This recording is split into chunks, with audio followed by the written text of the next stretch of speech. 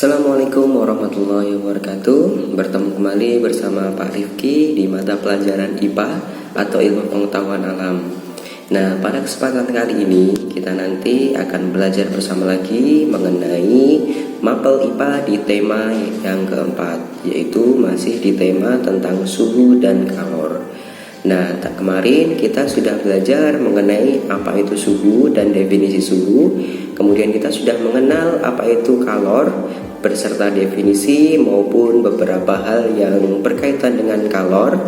Dan pada kesempatan kali ini kita nanti akan melanjutkan kembali mengenai pembelajaran, yaitu masih tentang kalor.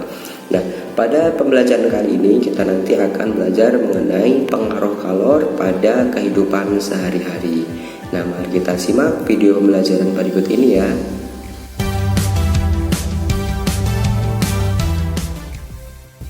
Ya, sebelum kita mempelajari mengenai pengaruh kalor dalam kehidupan sehari-hari, kita mengingat kembali mengenai pengertian kalor itu sendiri.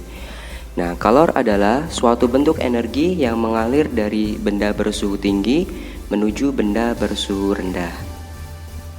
Nah, contohnya pada gambar logam di sini ada batang logam yang dipanaskan menggunakan api lilin, di mana batang logam yang berujung A yang dipanasi oleh api lilin akan mengalirkan kalor menuju ke batang logam yang memiliki ujung B, di mana nantinya batang logam secara keseluruhan lama-lama akan berubah menjadi panas.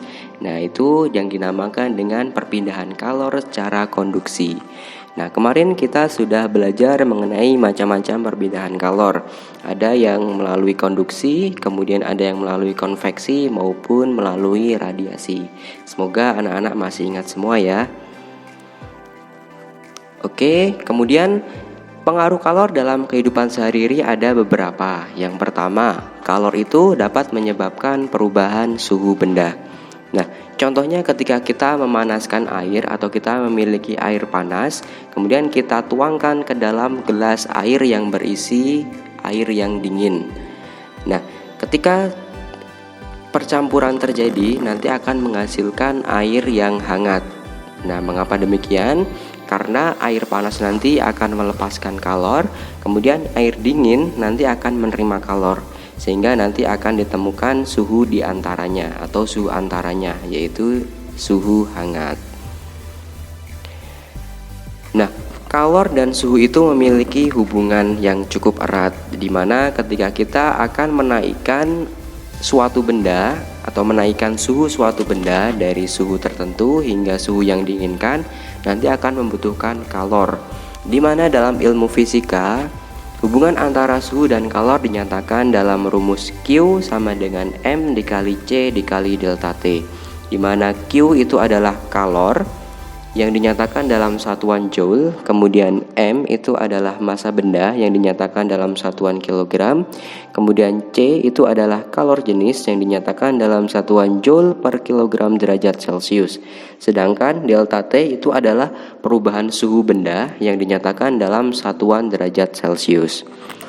Kalor jenis itu adalah banyaknya kalor yang diserap atau diperlukan oleh 1 gram zat untuk menaikkan suhu sebesar 1 derajat Celcius. Nah, kalor jenis ini sudah diketahui, di mana ada beberapa jenis benda yang memiliki beberapa kalor jenis yang berbeda. Nah, jenis benda yang pertama adalah air, di mana air itu memiliki kalor jenis sebesar 4180 joule per kilogram derajat Celcius atau setara 1 kilokalori per kilogram derajat Celcius. Demikian juga dengan alkohol, es, kayu, dan lain sebagainya itu memiliki kalor jenis yang berbeda-beda. Nah, ketika kita ingin mencari hubungan antara suhu dan kalor, kita dapat menentukannya dengan menggunakan rumus yang tadi, Q sama dengan M kali C kali delta T, atau kita dapat menyingkatnya atau kita dapat mengenalnya dengan istilah mencotot, nah, atau M C delta T. Nah, coba kita mengerjakan soal-soal terkait hubungan antara suhu dan kalor. Nah, soal yang pertama, semisal ada air bermassa 1000 gram mempunyai suhu 20 derajat Celcius. Kemudian dipanasi hingga mencapai suhu 80 derajat Celcius. Jika kalor jenis air adalah 4180 Joule per kilogram derajat Celcius, tentukan jumlah kalor yang diperlukan dan nyatakan dalam satuan Joule. Nah, bagaimana cara kita mengerjakan soal yang seperti ini? Nah, mari kita bahas satu persatu. Nah, tadi kita sudah tahu bahwa rumus kalor itu adalah M dikali C dikali delta T. Nah, tinggal kita masukkan dari satuan-satuan yang sudah diketahui tadi. Nah, semisal yang dicarikan adalah kalor, yaitu dalam satuan Joule. Kemudian M atau massa dari air tadi berapa? Yaitu 1000 gram. Nah, karena yang diinginkan atau dikehendaki itu adalah satuan kilogram, maka kita harus mengkonversi terlebih dahulu dari satuan gram menuju satuan kilogram, yaitu dibagi dengan angka 1000 sehingga diperoleh 1 kilogram. Nah, kemudian C atau kalor jenis air tadi sudah diketahui, yaitu sebesar 4180 Joule per kilogram derajat Celcius. Nah, kemudian delta T. Nah, delta T kita perlu menghitung terlebih dahulu. Jadi rumus delta T itu adalah suhu akhir atau suhu yang paling tinggi dikurangi dengan suhu awal atau suhu rendah. Tadi suhu akhir dari pemanasan adalah 80 derajat Celcius, kemudian dikurangi suhu mula-mula sebelum dipanaskan, yaitu sebesar 20 derajat Celcius, sehingga diperoleh nilai 60 derajat Celcius. Nah, dari satuan yang sudah diketahui ini, kita tinggal memasukkan ke dalam rumusnya, yaitu rumus Q sama dengan M dikali C dikali delta T atau rumus mencorot tadi, di mana M itu 1, kemudian C 4180, kemudian delta T adalah 60. Sehingga ketika dikalikan diperoleh nilai sebesar 250.800 Joule.